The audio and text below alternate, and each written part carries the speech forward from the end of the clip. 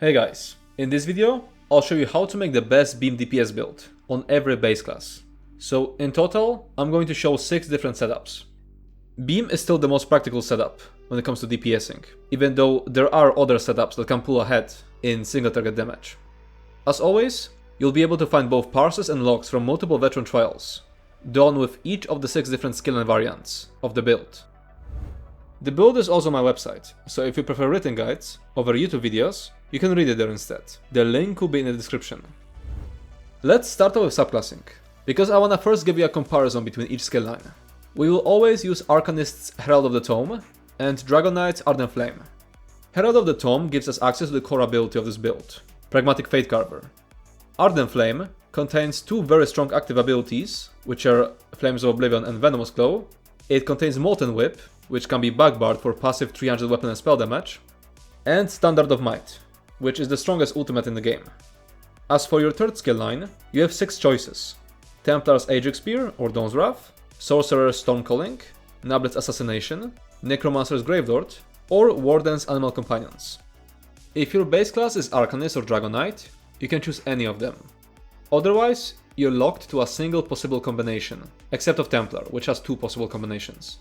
Now, as for the comparison between them, there are slight differences between the DPS on the parse dummy, but each of these skill lines has some utility which can be very useful in actual content that isn't visible on the dummy. Animal Companions is the only one that stands out as significantly weaker. So, Aedric Spear did the biggest DPS on the dummy, 152,120. As for other benefits, it also gains 12% critical damage from Piercing Spear passive, which was redundant on the Iron Atronach dummy, but will be useful in actual content. It also gains 6% more armor from Balance Warrior.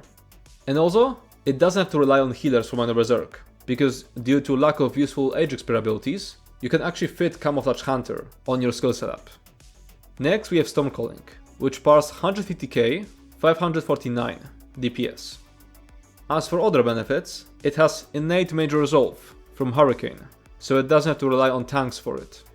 It has increased sustain thanks to Capacitor, it has access to great situational self-heal, Critical Surge, and just like Aedric Spear, it can fit Camouflage Hunter into its skill setup, so it doesn't rely on healers for Minor Berserk.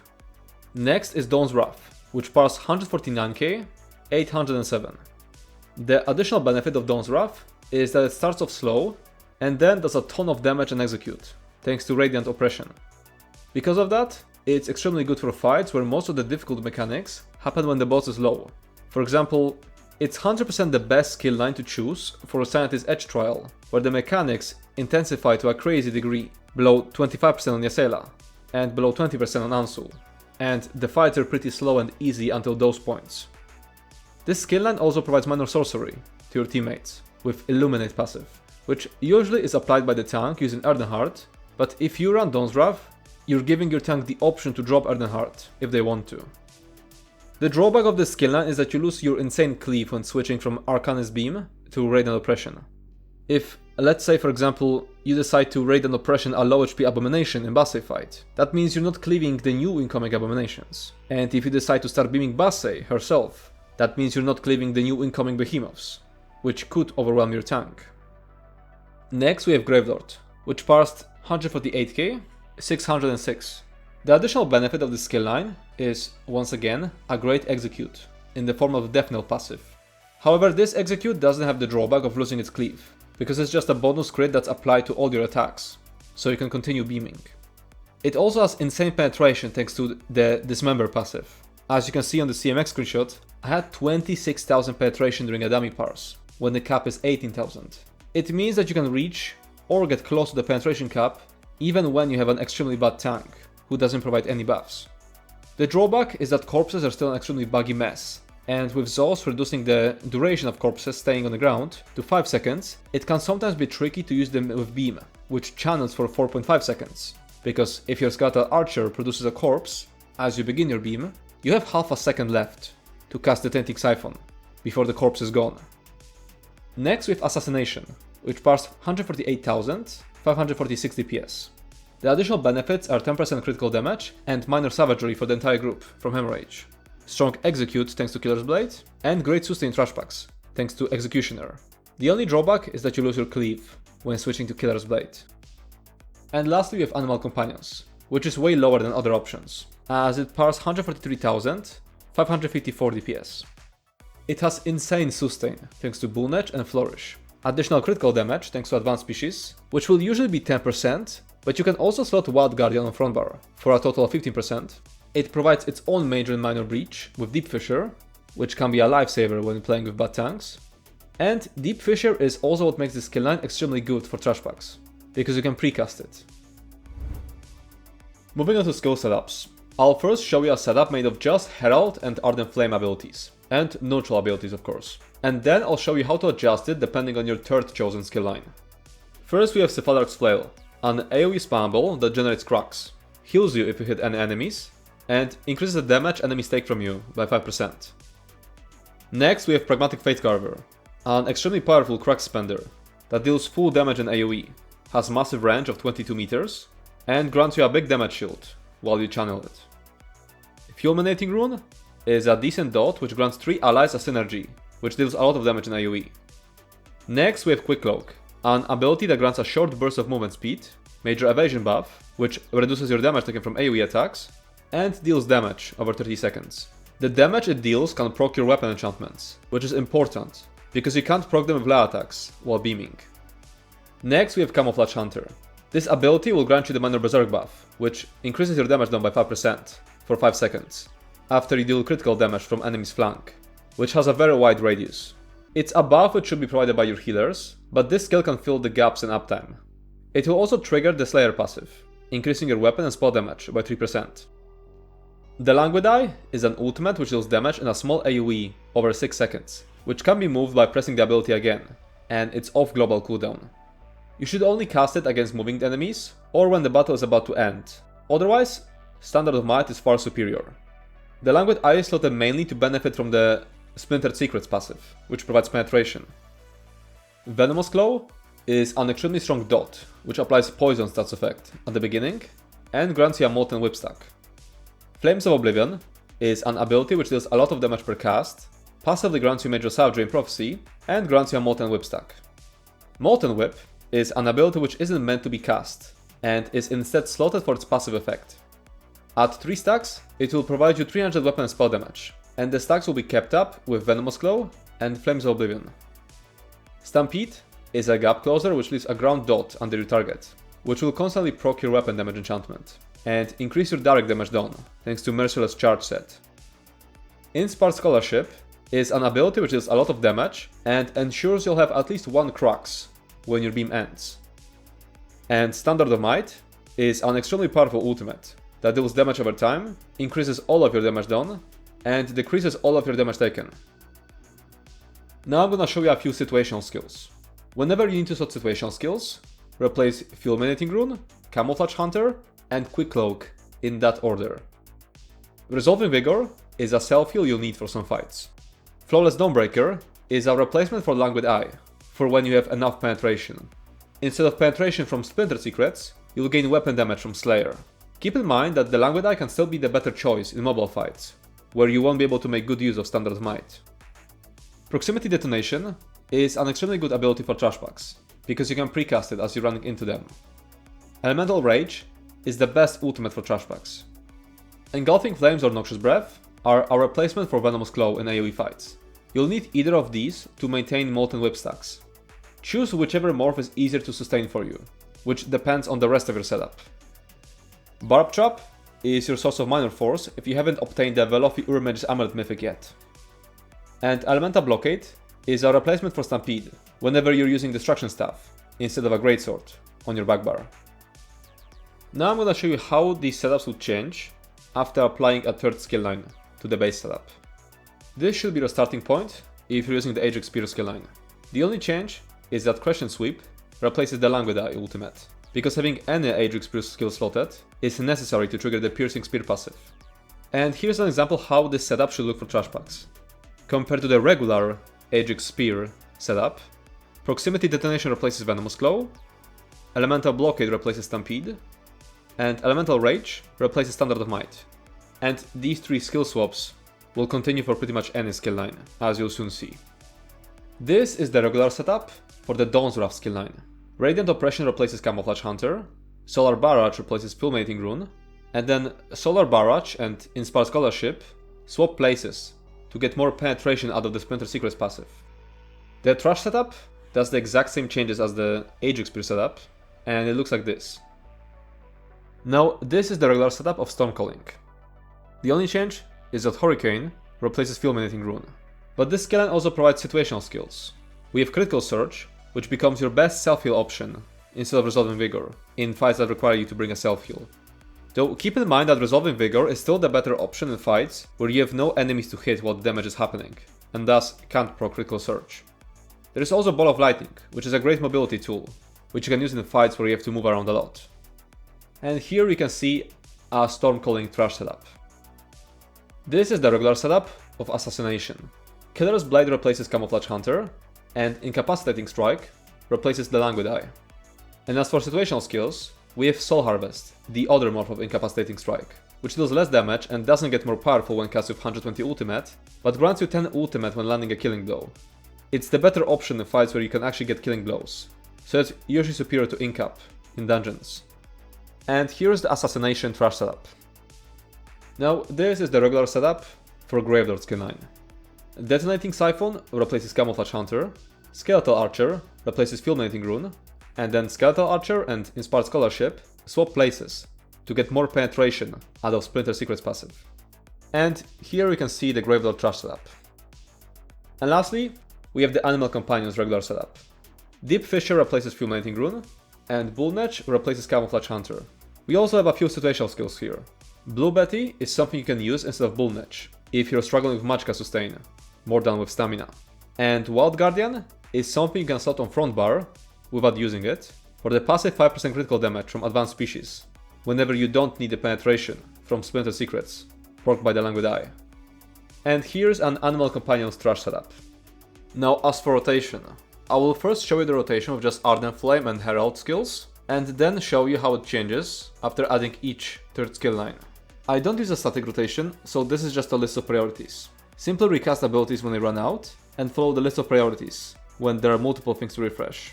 Use Flames of Oblivion if your Molten Whip buff is about to run out. Use Inspired Scholarship. Use the Languid Eye if the fight is about to end and you won't get enough ultimate for another Standard of Might. Use Stampede. Use Fulminating Rune. Use Quick Cloak. Use Standard of Might if you have enough ultimate. Use Cephaliarch's Flail if you're not at 3 cracks yet. Use Venomous Claw. Use Flames of Oblivion, even if it's already running, if your Molten Whip buff duration is at or below 5 seconds, as you're about to start beaming. And use Pragmatic Fate Carver. And keep in mind that you can pre-buff Inspired Scholarship, Flames of Oblivion, and Quick Cloak before entering combat.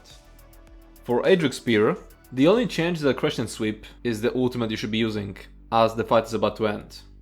For Dawn's Wrath, Solar Barrage takes Fulminating Rune's spot, and below 24% of enemy HP, you should stop using Cephaliarch's Flail and Pragmatic Fate Carver and switch to Radiant Oppression.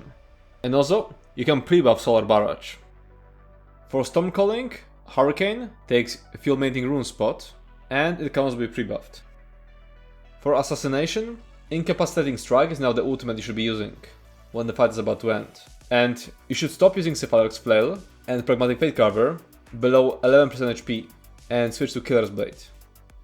As for Gravelord, Skeletal Archer and Detonating Siphon fit where Fulminating Rune used to be on the priority list. But also, Detonating Siphon is number 1 priority if the corpse from your Skeletal Archer is about to expire. And also, you can pre-buff Skeletal Archer. For Animal Companions, Deep Fissure ends up above Inspired Scholarship on the priority list.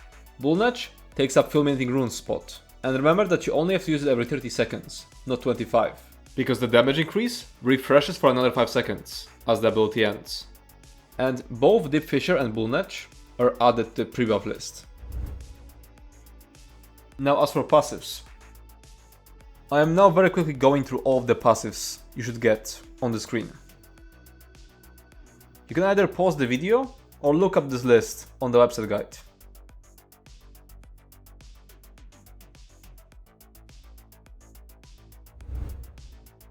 This is the base setup that will work for most situations and which should be your starting point when making situational setups. So, Slivers of Nolarka, 4-piece Highland Sentinel, not 5-piece, Velofi Urmage's Amulet, Narayan Death Monster set, and Backbard Merciless Charge.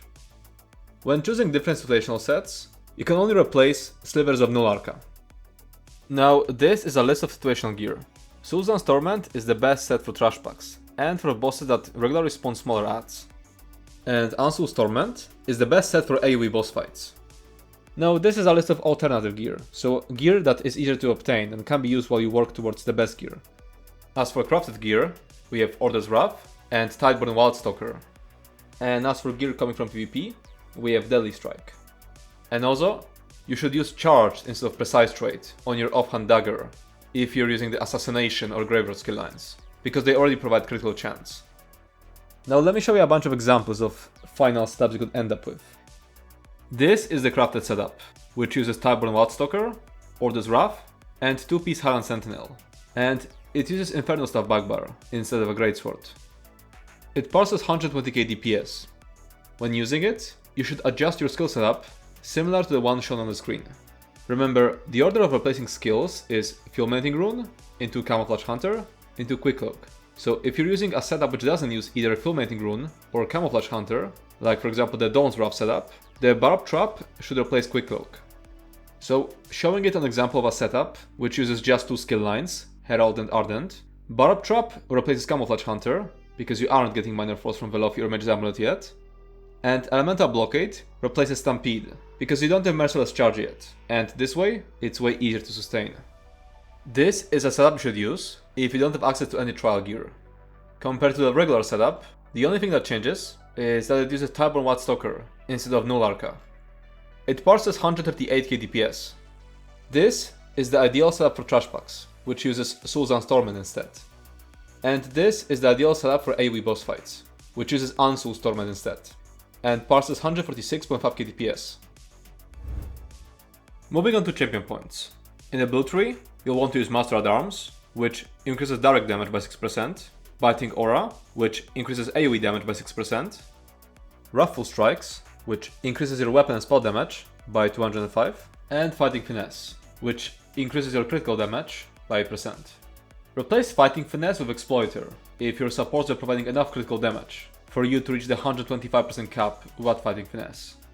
In the red tree, you want to use Bond's Vitality, which increases your max health by 1400, Fortified, which increases your armor by 1731, Bloody Renewal, which grants 1500 stamina on kills, and Rejuvenation, which increases all of your recoveries by 90. You can use Celebrity in fights where you need more movement speed. Replace the champion point, which is least useful for that fight. For example, replace Bloody Renewal if a certain fight has no adds you could kill for stamina. Moving on to race. The difference between best and worst race is about 5% of DPS, and there is no content in the entire game that you'd be blocked from completing because of choosing a bad race. With that said, the best race for 12-man content is Dark Elf. The best race for 4-man content is Khajiit. And other decent options are Orc, High Elf, Wood Elf, Imperial, and Redguard. Moving on to Mundus. You should use the 5th Mundus, which increases your critical chance. As for attributes, it's extremely simple. You should always put all 64 points into stamina. Moving on to food. Your sustain can vary greatly because it's impacted by your race, the amount of synergies provided by your teammates, and by your chosen 3rd skill line. So choose the food with more stamina recovery, if you can sustain. The options with max HP, for most content, Braised Rabbit with Spring Vegetables. It provides max health and max stamina. Use it for most of regular content. Then we have Artium Takeaway Broth, which provides max health, max stamina, and stamina recovery. Use it when you need more sustain. Dubious Camoran Throne is a cheaper alternative. And now food without max HP, which you should use for parsing or content where you know you can get away with it. We have Hearty Garlic Corn Chowder, which provides max stamina, and Lava Food Soup and Salt Rice, which provides max stamina and stamina recovery. Moving on to potions. Most of the time you should use Tri-Slot potions. They will greatly improve your sustain. You can craft them by combining Columbine, Bugloss, and Mountain Slaver.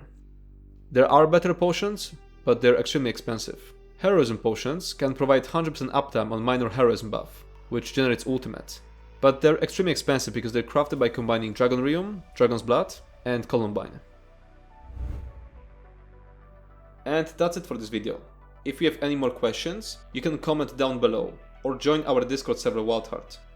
As always, feedback will be appreciated. If you enjoyed this video, make sure to subscribe to my channel and check out my Twitch. Thanks for watching and see you next time.